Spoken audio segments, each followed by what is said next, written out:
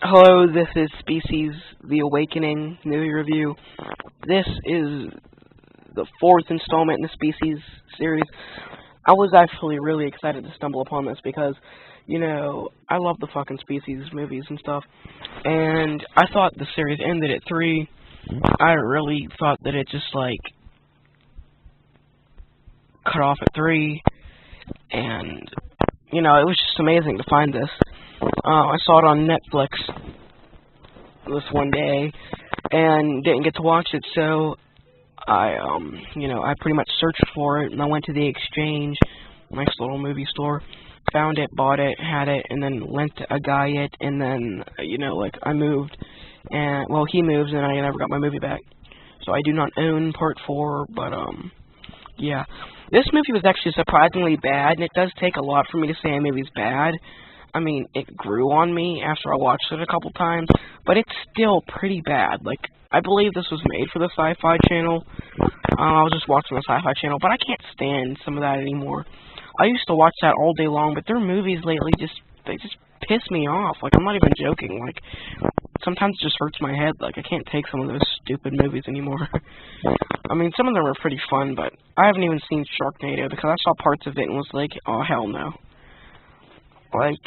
They made that into a freaking blockbuster somehow. Some way. All these people are talking about it. Almost everybody knows about this stupid movie.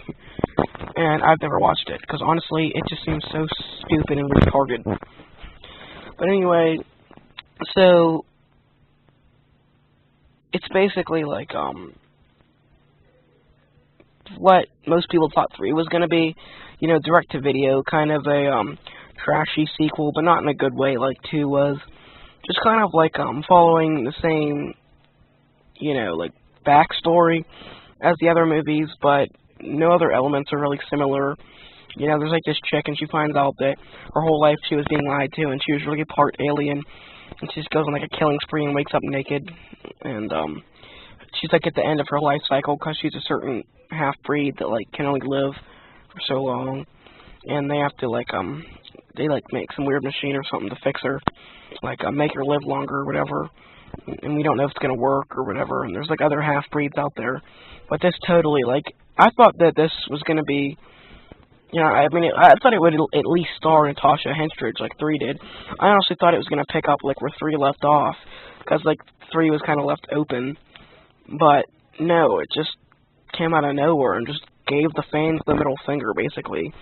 And I don't know if the series is going to be able to recover from that unless I end up making a freaking Part 5. But honestly, who wouldn't think the series would have gone to shit by 4? I mean, maybe if the sequels were closer together, they would be more like each other. But no, we get from 1995 all the way through blah, blah, blah. Because 1995 was when the first movie came out. This movie is just probably a 4 out of 10 stars, honestly. No 5 out of 10. The practicals were okay, but the CGI was pretty bad, and not really any familiar faces in it. Overall, kind of a bad movie. The whole ending scene was really long. This pretty much wraps up my Species series review. I'm kind of sad that I couldn't do a big, nice, fancy video with all this stuff, but yeah, so gonna leave it at this. Sorry, the Species has to end.